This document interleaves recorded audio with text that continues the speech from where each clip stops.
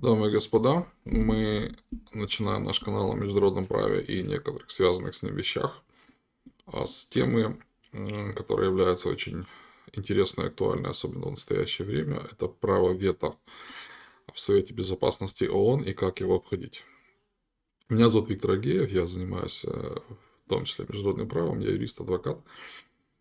И я хочу на примере этой темы показать, как можно использовать нормы международного права таким путем, чтобы решать проблемы, которые долгое время считались нерешаемыми.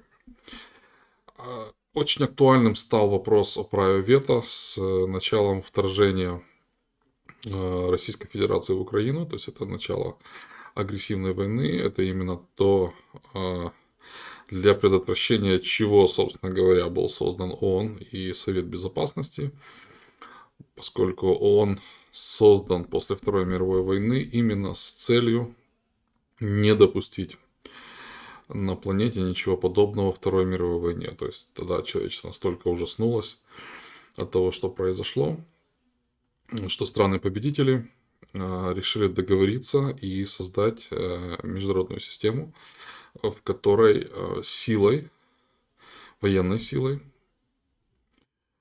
совместно всех участников этой организации будут подавляться возможные акты агрессии, возможные попытки снова начать войну.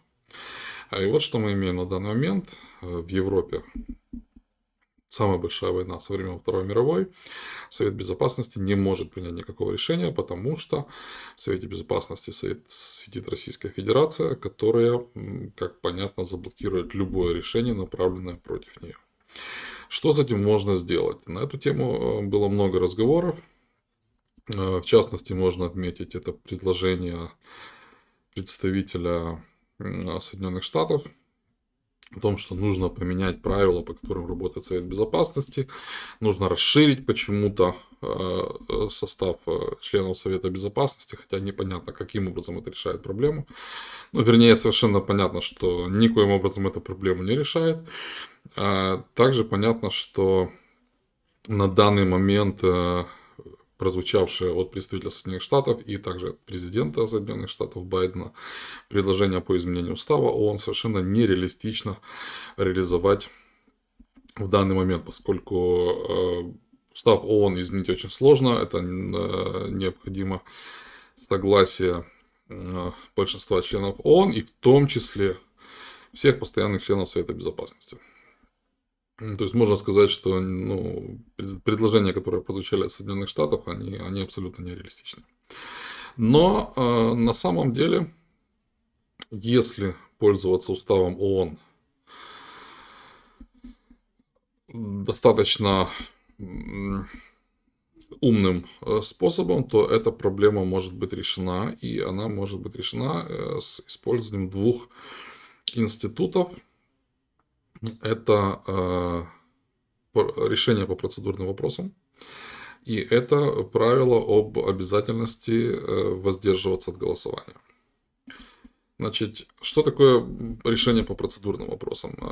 В статье 27 Устава ООН, в которой регулируется голосование в Совете Безопасности, есть два типа решений. Это решение Совета Безопасности по сути вопроса и процедурные решения.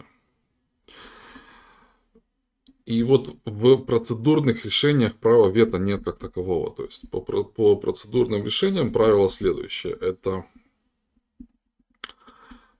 часть 2 статьи 27 Устава ООН. И сформулирована она следующим образом. Решения Совета Безопасности по вопросам процедуры считаются принятыми, когда за них поданы голоса 9 членов Совета. Всего в Совете Безопасности 15 членов, 5 из них постоянные.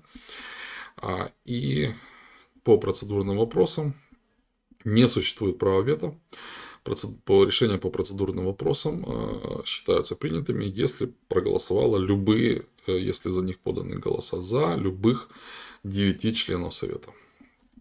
Итак, это первый институт, на который мы опираемся в предлагаемом нам решении. Второй институт, он более интересен. Это часть 3 статьи 27 Устава ООН, которая содержит очень интересное правило. А именно, сторона, участвующая в споре, должна воздержаться от голосования при принятии решения. То есть, есть норма, что когда Совет Безопасности рассматривает определенный спор, он должен быть формализирован на основании главы 6 или же на основании статьи 52 Устава ООН. То есть, должен быть формализирован спор в ООН. И вот, ну, что такое формализирован спор? Это, например, если мы рассматриваем вопрос войны между Россией и Украиной, то в соответствии с уставом ООН, например, Украина может обратиться в Совет Безопасности, сказать, что у нас конфликт с Российской Федерацией, мы хотим, чтобы по поводу этого конфликта были приняты решения Совета Безопасности, какие-либо решения, да, то есть, ну, это, например, могут быть решения о введении войск под флагом ООН в зону конфликта с целью вытеснения агрессора с захваченной территории, как это было в 1950 году в Корейской войне, когда Северная Корея напала на Южную, и войска под флагом ООН вошли в Корею и вытеснили войска Северной Кореи с захваченных территорий, сохранив таким образом, значит, Южную Корею как самостоятельное государство, защитив ее от агрессии. Тогда это решение смогли принять, потому что Советский Союз на тот момент не посещал, в знак протеста, не посещал заседания Совета Безопасности, соответственно, он не смог реализовать свое право вето в силу просто отсутствия на заседании, и было принято такое решение. И вот что интересно здесь. Значит, сторона, участвующая в споре, должна воздержаться от голосования. Эта норма никогда за всю историю ООН не применялась. То есть, среди дипломатов, работающих в ООН, бытует мнение, в том числе, и, насколько я знаю, и среди представителей Украины, бытует мнение, что эта норма может применяться только в том случае, если это соответствующее государство само решит, что оно является стороной спора, и поэтому оно должно воздержаться. Такие случаи были. Несколько раз было, когда постоянные члены Совета Безопасности, это Франция в частности, решили, что поскольку мы сторона спора, мы воздерживаемся от голосования. Но это было добровольное решение. То есть, на самом деле, есть два понятия. Это добровольное воздержание от голосования и обязательное воздержание от голосования. Так вот, добровольное, как бы оно применяется всегда, по желанию, вне зависимости, значит, от ситуации. А вот обязательное применяется тогда, когда имеет место спор. Но как заставить? Каким образом можно заставить сторону спора воздержаться от голосования, если она этого не хочет? До сих пор эта проблема никак не была решена. Возвращаемся к нашему первому пункту. Это процедурное решение. То есть, что мы предлагаем? В таком случае, я считаю, что решение Совета Безопасности должно приниматься в два этапа. То есть, когда мы знаем, что есть спор, и мы предполагаем, что сторона участник спора, особенно если это постоянный член Совета Безопасности, или другой член Совета Безопасности на данный момент является участником спора, то мы должны сначала принять процедурное решение, то есть решение в соответствии с частью 2 статьи 27 Устава ООН, процедурное решение 9